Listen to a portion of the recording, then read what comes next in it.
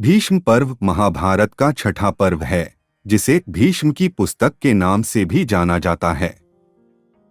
इस पर्व का पहला भाग महाकाव्य के एक महत्वपूर्ण खंड को चिह्नित करता है और यह कुरु वंश के पोते भीष्म द्वारा एक भव्य स्मरण के रूप में सामने आता है। यह भाग कुरुक्षेत्र युद्ध की प्रस्तावना के रूप में कार्य करता है, जो महान संघर्ष की ओर ले जाने वाली घटनाओं में महत्वपूर्ण अंतर्दृष्टि प्रदान करता है। अध्याय की शुरुआत हस्तिनापुर के दृष्टिहीन राजा धृतराष्ट्र द्वारा अपनी पीड़ा और चिंता व्यक्त करने से होती है। वह कुरु सभा में होने वाली घटनाओं पर नवीनतम जानकारी चाहते हैं। उत्तर में उनके सारथी और भरोसेमंद सलाहकार संजय उन घटनाओं के बारे में बताते हैं जो सामने आने वाली हैं। कुरु वंश के वीर और श्रद्धेय पितामह भीष्म को कौरव सेना का सर्वोच्च सेनापति नियुक्त किया गया है। उन्होंने हस्तिनापुर के प्रति अपनी अटूट निष्ठा और सिंहासन की रक्षा की प्रतिज्ञा के कारण यह पद स्वीकार किया। कौरवों के प्रति अपनी निष्ठा के बावजूद भीष्म पांडवों के प्रति अपने गहरे प्रेम और सम्मान के कारण विवादित हैं, जिन्हें बढ़ाने में उन्होंने मदद की थी।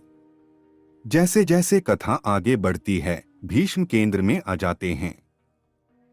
वह उन घटनाओं को याद करते हैं जिनके कारण विवाद पैदा हुआ था।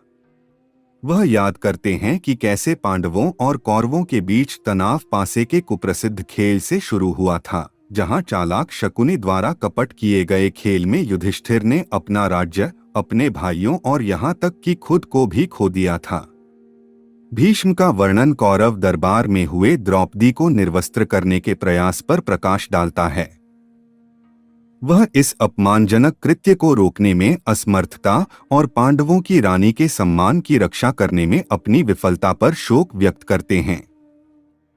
भीष्म आगे शांति के कई प्रयासों पर विचार करते हैं, जिसमें दोनों पक्ष बातचीत करने और युद्ध से बचने की कोशिश कर रहे हैं।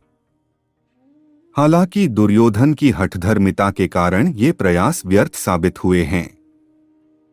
वह युद्ध की अनिवार्यता को स्वीकार करते हैं, संघर्ष का युद्ध जो अंततः कुरु राजवंश के भाग्य का निर्धारण करेगा। जैसे ही भीष्म पर्व का पहला भाग समाप्त होता है, भीष्म युद्ध में कौरव सेना का नेतृत्व करने के लिए तैयार होते हैं। उनका वर्णन कुरुक्षेत्र युद्ध से पहले की घटनाओं का एक मार्मिक विवरण है, जो वफादारी, कर्तव्य और पिछले कार्यों के परिणामों की जटिलताओं को दर्शाता है। भीष्म की आंतरिक उथल-पुथल और आसन्न युद्ध की गंभीरता ने उस महाकाव्य युद्ध के लिए मंच तैयार किया जो भीष्म पर्व के बाद के भागों में होगा।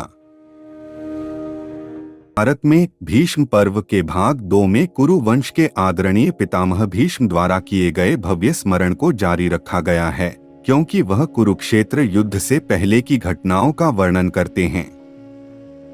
महाकाव्य का यह खंड उन जटिल भावनाओं, दुविधाओं और ऐतिहासिक पृष्ठभूमि पर गहराई से प्रकाश डालता है, जो आसन्न संघर्ष के लिए मंच तैयार करते हैं।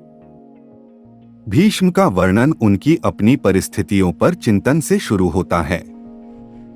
वह याद करते हैं कि कैसे वह कुरु वंश के राजकुमार थे, जिन्हें हस्तिनापुर का सिंहासन मिलना था, लेकिन ब्रह्मचर्य के व्रत के कारण वह सिंहासन भूल गए। अपने पिता शांतनु की खुशी के प्रति उनके समर्पण के कारण, जो एक मछुआरे की बेटी से विवाह करना चाहते थे, अंततः भीष्म को सिंहासन पर अपना दावा छोड़ना पड़ा। फिर भीष्म अपना ध्यान हस्तिनापुर में होने वाली घटनाओं की ओर लगाते हैं। उन्हें याद है कि कैसे दुर्योधन के लालच और महत्वाकांक्षा ने पांडवों के साथ संघर्ष को जन्म दिया, जिससे पासे का कुप्रसिद्ध खेल शुरू हुआ।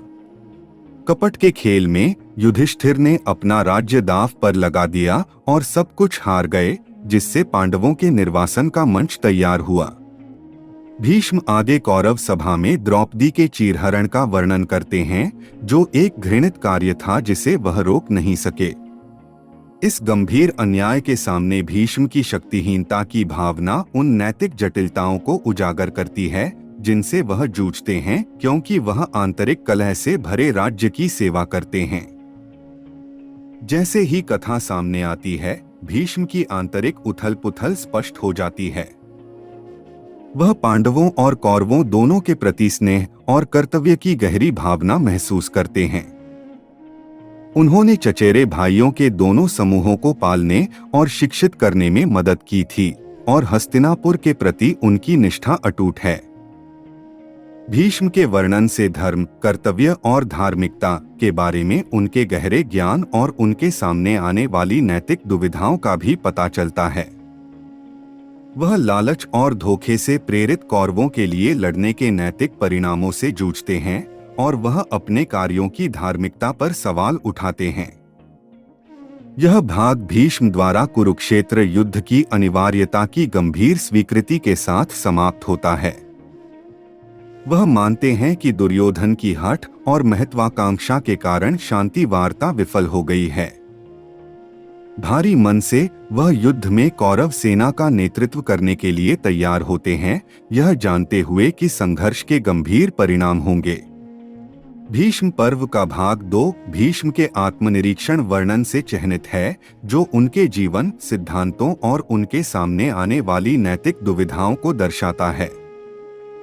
यह महाकाव्य के केंद्र में मानवीय भावनाओं की जटिलता, कर्तव्य के बोझ और नैतिक दुविधाओं पर जोर देता है।